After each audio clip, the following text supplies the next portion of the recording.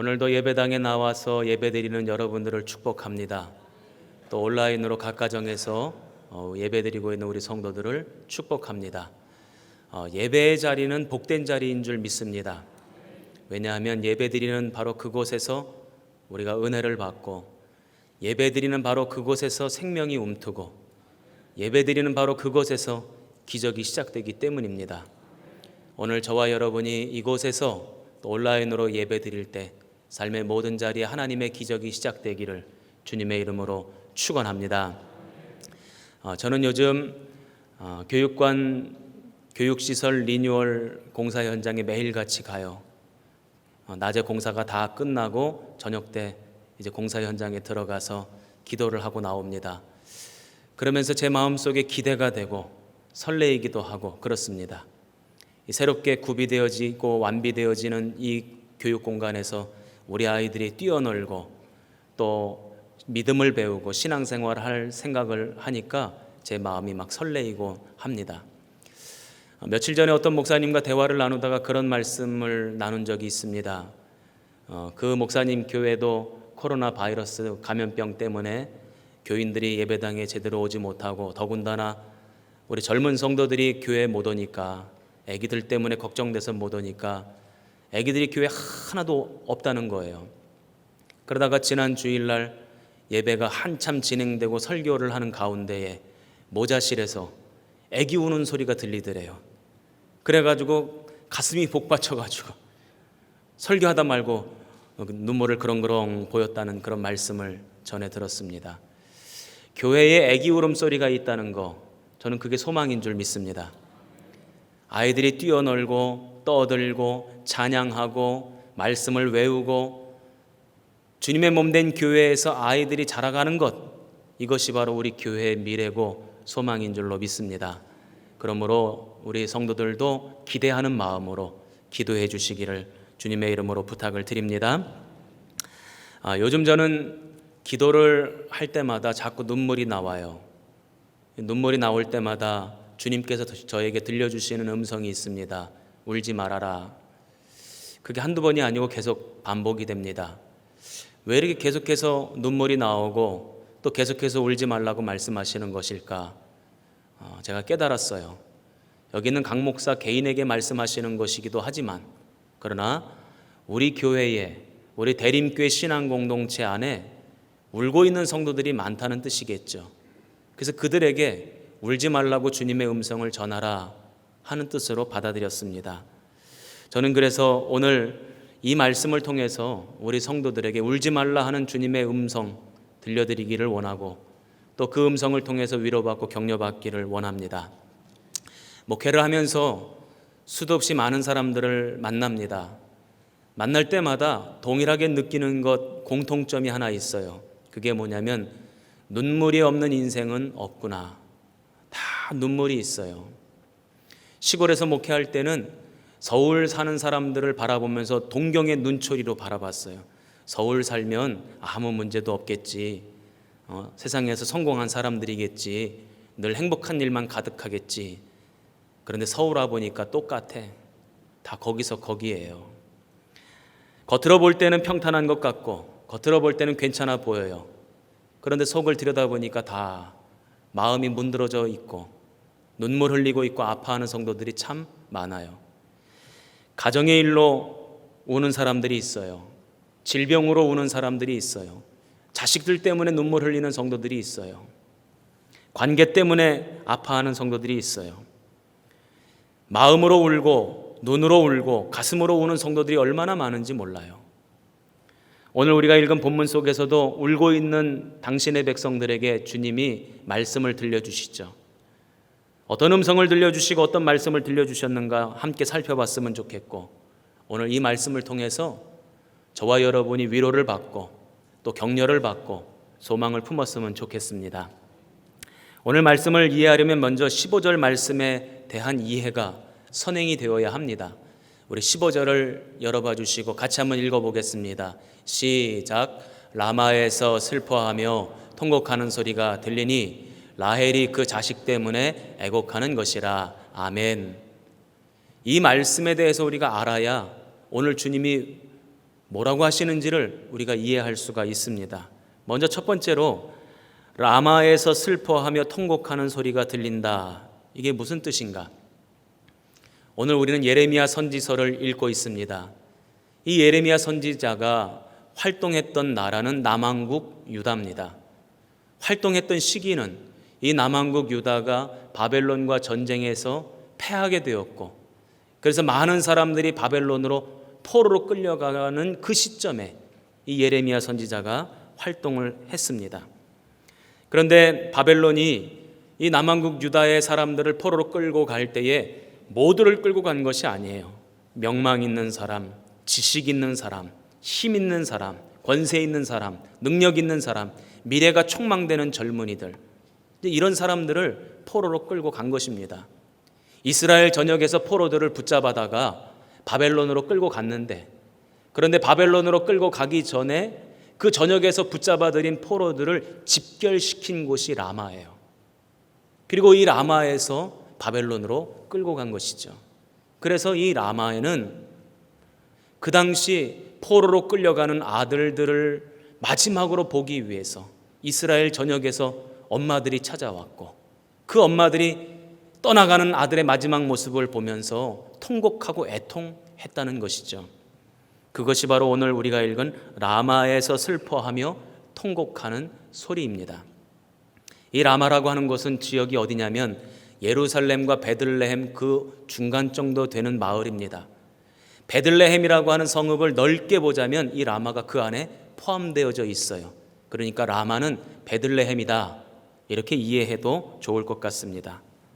그렇다면 그 다음에 나오는 라헬이 그 자식 때문에 애곡하는 것이라, 이게 무슨 뜻인가? 여러분들도 다들 잘 알고 계시겠지만 야곱의 부인이 바로 라헬입니다. 사랑하는 여자가 라헬이었습니다. 이 라헬을 얻기 위해서 야곱이 얼마나 열심히 일을 했습니까? 그런데 삼촌 라반이 야곱을 속이는 바람에 라헬을 아내로 얻지 못하고 그 언니 레아를 아내로 얻게 돼요. 그리고 나서 라헬을 다시 아내로 얻기 위해서 7년 동안 열심히 일하죠. 그리고는 라헬과 결혼을 하게 됩니다. 그런데 문제가 하나 있었어요. 언니 레아는 아들을 너무너무 잘 낳는 거예요. 성경에 보니까 6이나 낳았어요. 그동안 라헬은 하나도 자식을 낳지를 못해요. 언니 레아가 그 몸종 실바를 남편에게 주어서 아들을 낳게 합니다. 그 몸종도 아들을 2이나 낳아요. 라헬도 자신의 몸종을 남편에게 주어서 또 그로 하여금 아들을 2이나 낳게 합니다. 그런데 정작 라헬 본인은 자식을 못 낳는 거예요. 그러니 얼마나 고통스럽고 아프고 괴로웠겠습니까? 눈물이 마를 날이 없었던 것입니다. 그렇게 세월이 흐르고 눈물 마를 날 없이 고통스러운 나날들을 보내다가 그러다가 낳은 아들이 11번째 요셉이었습니다. 그리고 그 후에 12번째 베냐민을 낳게 됩니다. 그런데 베냐민을 낳을 때 창세기 35장을 보면 라헬이 그 아들을 낳고는 이렇게 이야기했답니다. 베노니. 이 베노니라고 하는 말은 슬픔의 아들이다, 눈물의 아들이다. 그간 내가 얼마나 슬퍼했고 얼마나 고통스러웠고 얼마나 아팠는가, 그 마음의 심정을 담아서 베노니 그랬다는 것입니다. 그렇게 베냐민을 낳고는 낳자마자 아들이 라헬이 죽습니다. 그 라헬이 눈물 흘리며 아파하며 고통스러워하며 장사 지낸 곳이 어디냐면 바로 이 베들레헴이에요. 이 라마인 것입니다. 그런데 이 말씀이, 이 15절의 말씀이 마태복음 2장 18장에도 인용이 됩니다. 마태복음에서도 또 똑같이 베들레헴에 엄마들의 통곡이 있었다는 거예요. 아기 예수님께서 태어나실 당시 헤롯 왕이 아기들을 다 죽여라, 그래서 베들레헴 근방의 모든 마을의 아기들이 다 살해되었다는 것입니다. 그래서 엄마들이 또 통곡하고 또 애통하고 또 눈물을 흘렸다는 것이죠. 그렇게 울고 있는 엄마들에게, 애통해하고 아파하고 있는 그 엄마들에게 오늘 주님이 이렇게 말씀하십니다. 16절입니다. 네 울음소리와 네 눈물을 멈추어라.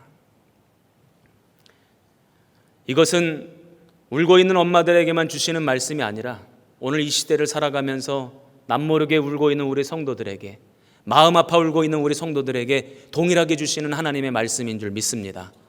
오늘 주님께서 우리에게 울지 말아라, 눈물을 멈추어라 이렇게 말씀을 하십니다.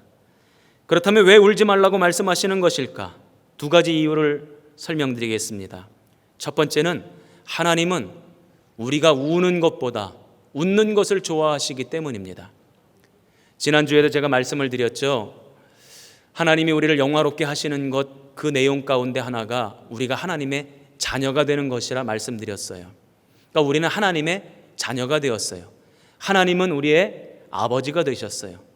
그 아버지 되신 하나님께서 자녀인 우리가 우는 것보다 웃는 것을 좋아하신다는 거예요. 그건 너무나도 당연한 것 아닙니까? 자식이 우는 것을 좋아하는 부모가 어디 있겠습니까? 자식이 웃고 자식이 기뻐하고 자식이 행복해하는 것을 부모는 좋아하는 것이 당연하죠. 가끔 저희 딸 이야기를 합니다. 지금 고등학교 2학년이잖아요. 그놈의 사춘기는 언제 끝나려는지 잘 모르겠어요. 근데 참 희한한 게 밖에 나가서 만나는 어른들, 친구들한테는 그렇게 잘 웃어줘요. 그런데 희한하게 집에서 엄마 아빠한테는 안 웃어요. 그래서 제가 집에서 우리 딸내미를 웃겨보려고 그렇게 애를 씁니다. 그러다가 웃기려고 애를 쓰다가 조금 웃을 때가 있어. 제가 볼 때는 웃어주는 것 같아요. 그러면요, 그 웃는 모습을 보면서 제가 그렇게 좋아요.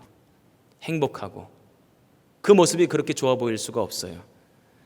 우리 아버지 되신 하나님도 마찬가지리라 생각합니다. 우리가 울고 아파하고 괴로워하고 있을 그때에 우리 주님은 우리의 그런 모습을 보시면서 똑같이 애통해 하시고 아파하시죠.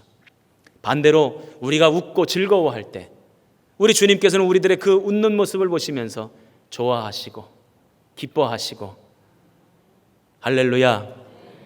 그러니 우리 한번 웃어봅시다. 억지로 한 2번 웃으시네.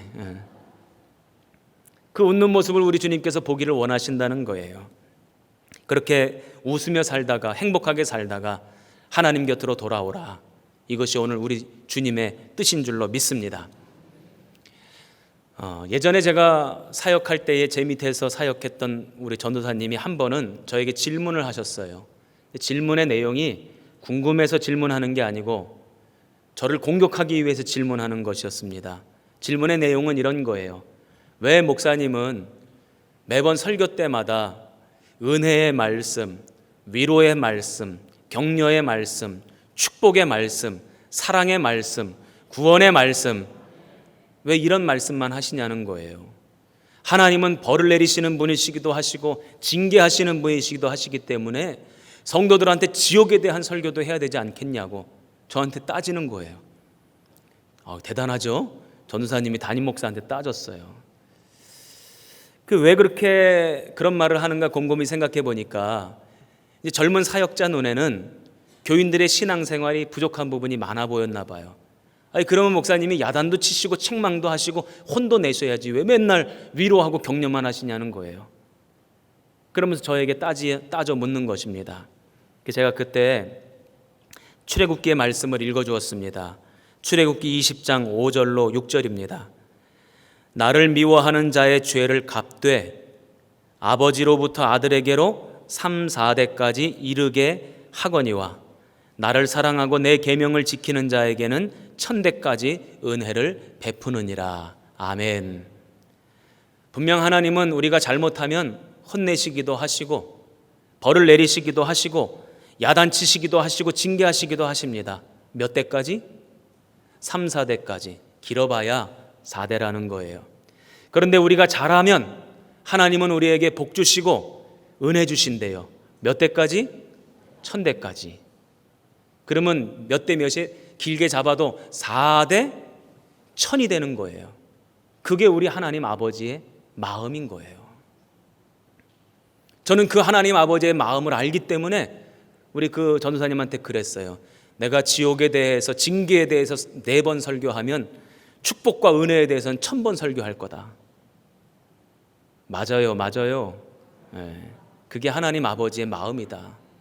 내가 그 하나님 아버지의 마음을 너무나도 잘 알기 때문에 그 마음을 전하고 싶은 거다. 제가 그렇게 설명한 적이 있습니다. 우리가 말씀대로 살다가 때때로 고난 당할 수도 있어요. 믿음 가지고 살다가 어려움 당할 수도 있어요.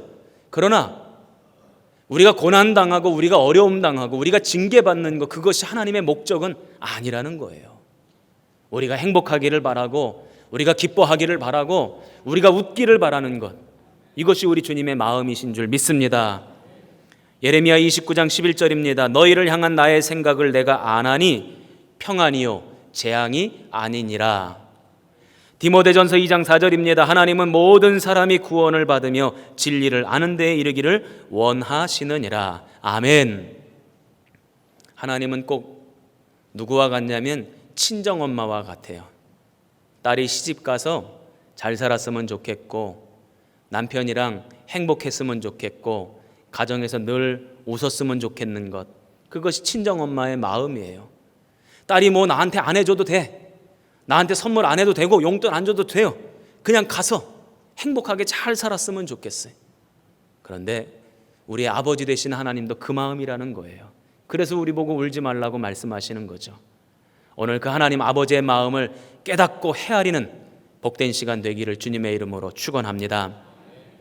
두 번째로는 주님은 왜 우리에게 울지 말라고 말씀하시는가? 우리의 눈물을 감사로 바꾸실 만한 능력이 있으시기 때문에 우리 보고 울지 말라고 하시는 것입니다. 울지 말라고 하시는 말씀은 단순히 감정적 위로의 차원에서 하시는 말씀이 아니에요. 우리를 토닥여 주시거나 격려하시는 차원에서 우리에게 주시는 말씀이 아니라는 거예요. 우리가 울고 있는 그 문제를 변화시키시고 바꾸실 만한 능력이 당신에게 있고 그 능력을 행하셔서 바꿔주시겠다는 말씀인 거죠. 그래서 오늘 우리에게 울지 말아라 하시는 거죠. 제가 익산에서 부목사 생활을 할 때에 결혼 날짜를 잡아놓고 결혼식이 얼마 남지 않은 상황에서 청년 하나가 교통사고로 죽었어요. 그 아버지가 교회 장로님이셨어요. 그 장례 예배에 가서 말씀을 전하고 예배가 다 끝난 다음에 무슨 말로 그 가족들을 위로할 수 있겠습니까? 제가 그 장로님을 이렇게 안아드렸어요. 그때 장로님이 제 품에 안겨서 막 흐느껴 우시는 거예요. 저도 뭐 할 말이 없어요. 같이 울었어요. 얼마나 많이 울었는지 몰라. 부둥켜 안고 한참을 울었어요. 제가 할 수 있는 것이라고는 그것밖에 없었어요. 제가 그 죽은 청년을 다시 살려낼 능력이 있습니까? 상황과 환경을 바꿀 만한 힘이 있습니까? 아무것도 없어요. 제가 할 수 있는 최선의 것이라고는 같이 울어주는 것밖에 없는 거예요. 그래서 부둥켜 안고 울었어요. 장례식이 다 끝나고 났는데 그 장로님이 저에게 찾아오셔서 감사하다고 목사님, 그러면서 하시는 말씀이 우리 가족들과 함께 같이 울어줘서 감사하다고. 같이 울어주는 것, 우리가 할 수 있는 최선의 것, 그것밖에 없어요. 주님은 그런 정도로 울지 말라고 하시는 것이 아닙니다. 우리에게 울지 말라고 하시는 것은 빈말이 아니에요. 공수표 날리시는 것이 아닙니다. 울지 않게 해주실 만한 능력이 그분에게 있기 때문에 그 능력을 행하셔서 울지 않게 해주시겠다는 약속의 말씀인 것입니다. 울지 말아라. 누가복음 7장에 보면 예수님께서 나인성에 들어가십니다. 그때 한 무리가 성 밖으로 나오고 있어요. 보니까 외아들 하나 바라보면서 살았던 과부가 있는데 그 아들이 어느 날 갑자기 죽은 거예요. 그 아들을 장례 치르기 위해서 장례 행렬이 나오고 있었던 것입니다. 그때 주님께서 울고 있는 과부에게 그를 불쌍히 여기시면서 울지 말라고 하십니다. 누가복음 7장 13절입니다.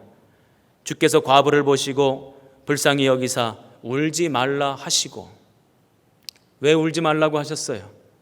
그 청년을 다시 살려주실 것이기 때문에 울지 말라고 하신 겁니다. 누가복음 8장에 보면 회당장 야이로의 어린 딸이 죽었습니다. 사람들이 그 딸의 장례를 치르기 위해서 모여들었고 곡을 하며 통곡을 하며 장례를 준비하고 있었습니다. 그때 주님께서 그 자리에 들어가셔서 사람들에게 이렇게 말씀하십니다. 울지 말아라. 누가복음 8장 52절입니다. 모든 사람이 아이를 위하여 울며 통곡하매 예수께서 이르시되 울지 말라 죽은 것이 아니라 잔다 하시니. 왜 울지 말라고 하셨습니까? 조금 있으면 그 어린 소녀를 다시 살려주실 것이기 때문에, 주님에게는 그 능력이 있으시기 때문에 울지 말라고 말씀하시는 거예요. 오늘 우리들에게도 동일하게 울지 말라고 말씀하십니다. 왜 그렇습니까? 우리가 울고 있는 그 문제를 변화시켜 주시고, 그 문제를 바꿔주시고, 그 눈물이 변하여 기쁨 되게 하시고 감사가 되게 하시고 우리의 간증거리 되게 하시기 때문에, 그래서 오늘 우리에게 울지 말라고 하시는 줄 믿습니다. 울지 말아라, 걱정하지 마라, 내가 해결해 줄게. 이것이 오늘 주님의 말씀이에요. 라마에서 울고 있는 어머니들에게 주님이 울지 말라고 하시는 이유가 있어요. 그 이유가 그 다음에 나옵니다. 16절에 보면 그들이 그의 대적의 땅에서 돌아오리라. 17절, 너의 자녀가 자기들의 지경으로 돌아오리라. 울지 말라고 하신 말씀의 이유가 울지 않게끔 만들어주시겠다는 약속이 그 속에 담겨져 있는 겁니다. 이 말씀처럼 오늘 이 시대 우리 대림교회 모든 성도들의 눈에 눈물 닦아주실 줄로 믿습니다. 우리들의 눈물을 변화시켜 기쁨과 감사가 되게 하실 줄 믿습니다. 그렇게 믿으시는 분만 아멘. 그런데 여기에는 아주 놀라운 비밀과 역설이 담겨져 있어요. 그게 뭐냐면, 주님은 오늘 울지 말라고 하시는데, 우리 보고 눈물을 멈추라고 말씀하시는데, 그 주님의 음성을 누가 듣느냐는 거예요. 참 놀랍게도 우는 사람이 들어요. 누가 듣냐면 우는 사람이 그 음성을 들어요. 그것도 그냥 우는 것이 아니라 주님 앞에 나와서 우는 사람이 울지 말아라 하는 주님의 음성을 듣게 된다는 것입니다. 이사야 61장 3절입니다. 무릇 시온에서 슬퍼하는 자에게 화관을 주어 그 죄를 대신하며 기쁨의 기름으로 그 슬픔을 대신하며 찬송의 옷으로 그 근심을 대신하시고. 시온에서 슬퍼하는 자에게 주님께서 이런 역사를 행하시겠다는 거예요. 시온이 어떤 곳입니까? 성전이 있는 예루살렘입니다. 즉 하나님 앞에 예배드리는 자리, 하나님 앞에 나와서 슬퍼하며 애통해하며 삶의 애환을 털어놓고 눈물 흘리며 애통해하는 바로 그 백성들에게 우리 주님은 눈물이 변하여 기쁨 되게 하시고 기쁨의 기름을 부어주시고 입술로 기쁨의 찬양을 부르게 하시겠다는 것입니다. 오늘 이 말씀의 주인공들 다 되시기를 주님의 이름으로 축원합니다. 왜 그러냐면 우리가 주님 앞에 나와서 울고 있을 때 우리의 우는 모습을 주님이 보시고는 애통해 하신다는 거예요.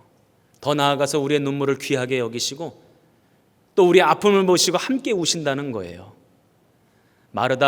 마리아의 오라비 나사로가 죽었어요. 무덤에 장사되었습니다.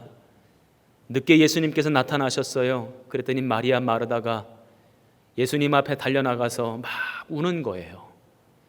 나사로의 죽은 것을 안타깝게 여기는 유대인들이 막 울어요. 그때 성경에 뭐라고 기록되어져 있냐면 요한복음 11장 33절입니다. 예수께서 그가 우는 것과 또 함께 온 유대인들이 우는 것을 보시고 심령에 비통히 여기시고 불쌍히 여기사.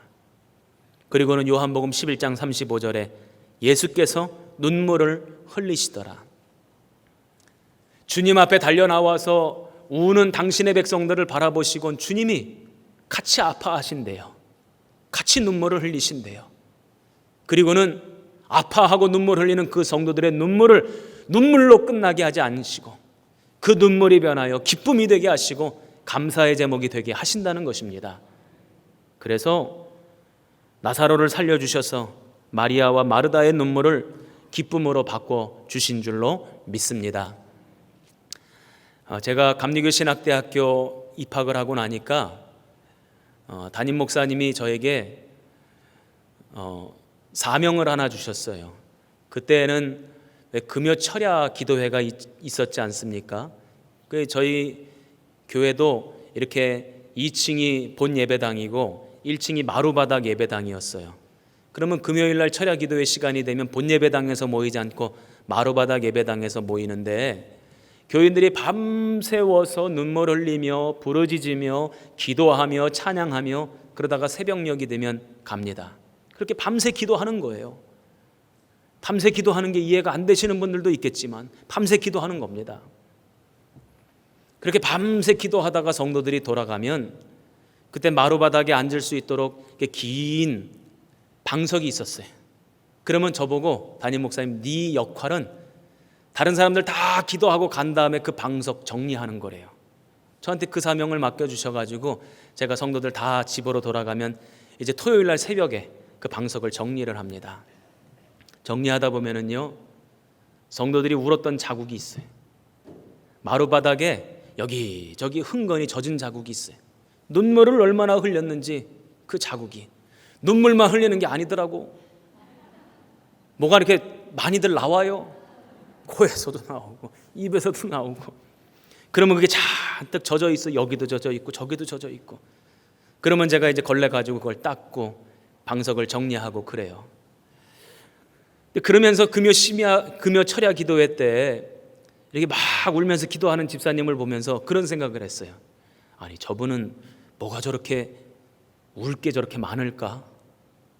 어떤 권사님 막 부르짖어가면 소리를 고래고래 질러가면서 울고 있으면, 아니, 저 권사님은 저렇게 소리칠 일이 뭐가 있을까?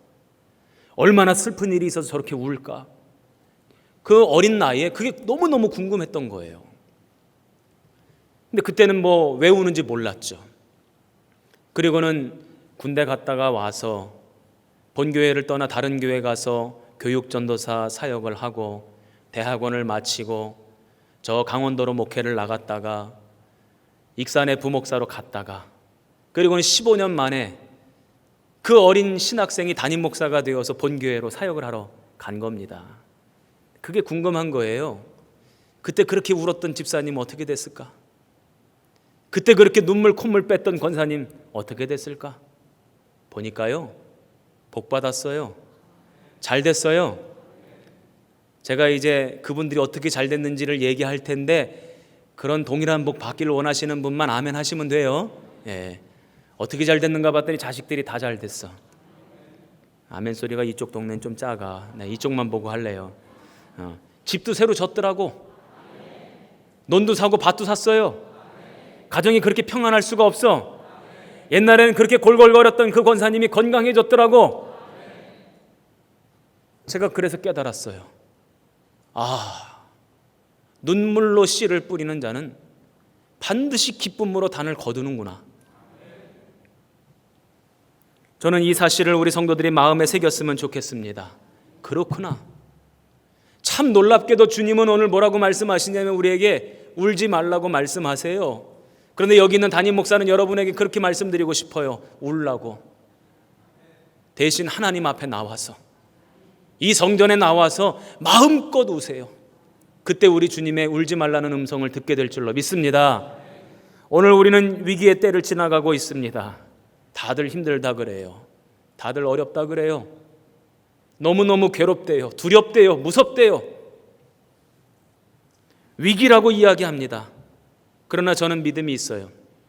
하나님이 반드시 이 위기의 때를 지나가게 하실 줄 믿습니다. 극복하게 하실 줄로 믿습니다. 그런데 그 위기의 때가 다 지나가고 극복하고 나면 누가 기쁨으로 단을 거두는가? 위기의 때라고 말했던 사람들? 아니에요. 무섭다고 두렵다고 걱정된다고 염려된다고 떠들었던 사람들? 아니에요. 주님 앞에 달려나와서 눈물로 씨를 뿌린 사람, 바로 그 사람이 기쁨으로 단을 거두게 되는 줄로 믿습니다. 오늘 주님은 우리에게 울지 말라 하세요. 요즘 저에게 자주 들려주시는 주님의 음성이에요. 우리 성도들 가운데에 육신의 질병으로 아파하는 성도들 생각하면서 기도할 때마다 눈물이 나와요. 그때마다 주님이 저에게 말씀하십니다. 울지 말라고. 저는 그것은 주님께서 고쳐주시겠다, 회복시켜주시겠다 약속의 말씀인 줄로 믿습니다. 주님 앞에 달려나와 우는 사람만 울지 말라는 음성을 듣고 그 약속의 말씀을 붙잡고 승리하게 되는 줄로 믿습니다. 그래서 울지 말라는 음성을 들으시기를 주님의 이름으로 축원합니다.